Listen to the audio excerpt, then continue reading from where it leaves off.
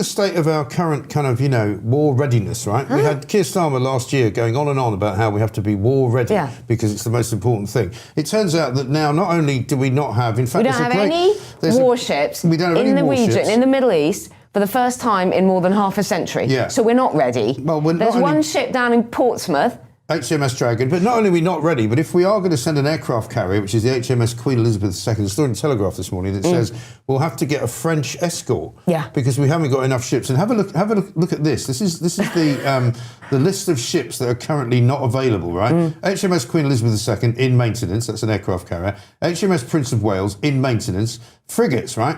HMS Iron Duke, refit going on. HMS Richmond, decommissioned. HMS Sutherland, regenerating. HMS Kent, refit. HMS Portland, defective. HMS St Albans is deployed on towed array sonar patrol. I don't know what that is. You've then got destroyers, right? Apart from HMS Dragon, you've got HMS Duncan, HMS Daring, HMS Dauntless, HMS Diamond, HMS Defender, all in maintenance. None of them are Dauntless or Daring. They're not even functional. They're dysfunctional. HMS Useless, right? HMS Pointless. Rail Replacement Service. Well, that was it. That was the great Mac cartoon, was it, the weekend? Really good. Britain is basically now a rail replacement shocking. service. That list you read out, because every single one of those HMSs costs millions, probably more, millions and millions of pounds. Yeah. What are they doing? They're all in maintenance. They're not ready to go. Yeah. There is one ship, and they said they were carrying in provisions and ammunition, and then it would be ready to go, and it would reach the Middle East in 8 days? Yeah. So that's going to really frighten Iran, because they've not only got 8 days warning, but we're going to be chugging over there, and we will arrive in about a week and a half, maybe. Right. And meanwhile, there'll be about 1,500 people coming the other way across the channel, right? Literally, you do it quicker in a dinghy. Yeah, you can do it. Maybe you should go to dinghy. HMS Pointless. Yeah, they should get these. They should get the migrant smuggling gangs to get them to Cyprus, because they get them there a damn sight quicker. Yeah, they would. Than they would. I remember David Letterman. You'd probably get a flight. You probably get a TUI jet. Yeah. Whatever. I could probably fly there, and every single one of my holidays goes cancelled. I can't believe they put this up. This is me with Stephen Barrett's hair. I mean, I'm not sure that's a good look. That is good. I've had my tooth fixed since then as well. See, look, it's not there anymore, that little gap. There we go. Yeah, I just find it extraordinary. No, that's really shocking, though. No, but we have a country which is not ready or fit for anything, right? So the military is not fit for purpose. We've got no gas, right? We've got no ability to create our own energy. We have no security. We have no borders. Yeah. We have no way of controlling who comes in and out. No. And that's dangerous. It is dangerous. And the thing is, we make lots of jokes about Starmer because he is basically a wet wipe, isn't he? He's useless. But this is actually more serious. This is about our own. We are undefended. If we don't have our warship, what is the point? Well, also, I said this last week, at least in Dubai, they've got a kind of dome system where they can shoot down missiles. Yeah. If we were attacked by anything, we've got no dome system, we've got no armed forces, we've got no ships, we've got no army, effectively. We've got maybe 4 jets, and they're all in Cyprus, flying around. It's pretty ridiculous. I need to renew my passport because I had a bit of a passport disaster recently.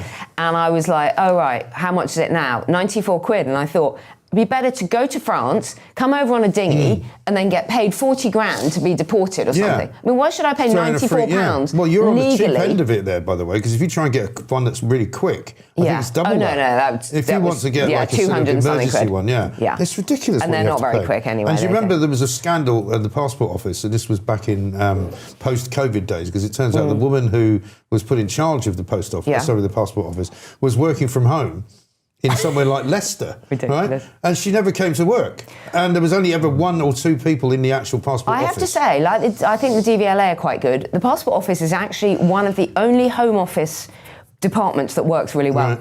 Loads of people have said this. I had the same thing. I applied for my newborn baby's passport in COVID times, came back within 24 hours. Amazing. A lot of people say you send off your passport, it comes back within a few days. It's actually the only department that I think works. Yeah.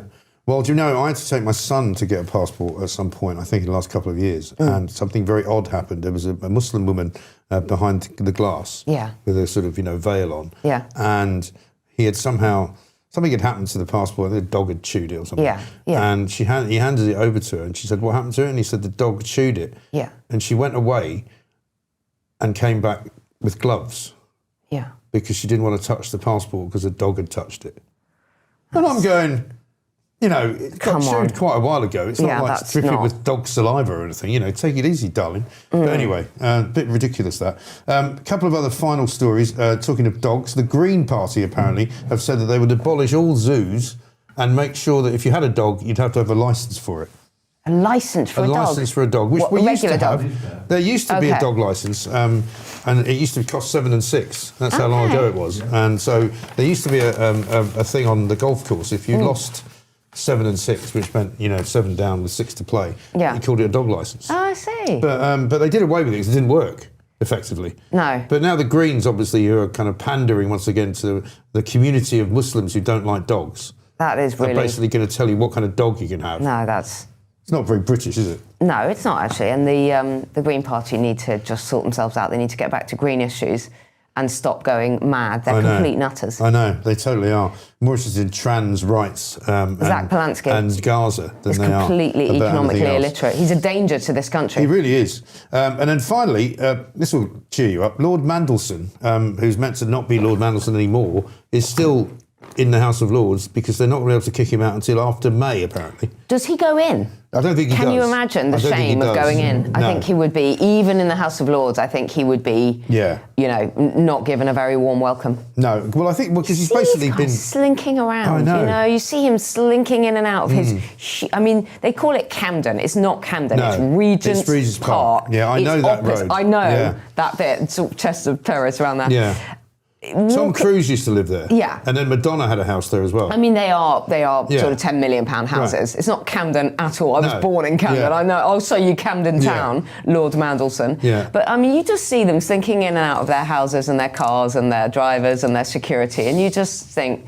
Just put him in prison, OK? Yeah, no trial. Let's forget about that. More super chats have we got? Yeah, we have. Very good. We're getting lots this morning, actually. Do you think Starmer will call the new Ayatollah to congratulate him, says Dr. Batch? Yeah, probably. Probably invite him for a function at the... He was celebrating Iftar. He'll probably invite him for a function at the House of Parliament. Yeah, no doubt. Hev Chip says it's real foggy on the southeast coast. Maybe there won't be any boats crossing. Well, I don't know. They probably still come.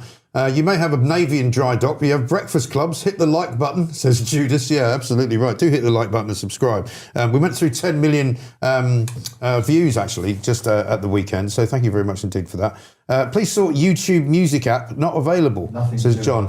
Well, that's run by YouTube. You know, if we ran the YouTube music app, we wouldn't be doing a show. We'd just be making a load of money off selling music to people, right? Are people objecting to the fact that ads are popping up in your YouTube? I think so, yeah. When they watch it on YouTube, yeah. But that's how the system works, you know, because otherwise you can't make any money. I mean, as much as we love doing this, if it doesn't make any money, we can't do it. It's just a tip. When I watch something on YouTube and then the ads come up, and after a few seconds, you have to watch a few seconds. It's free. You have to watch a few seconds, and then you just press skip. Yeah, you can. So you can just skip. You don't have to watch the whole thing. Absolutely right.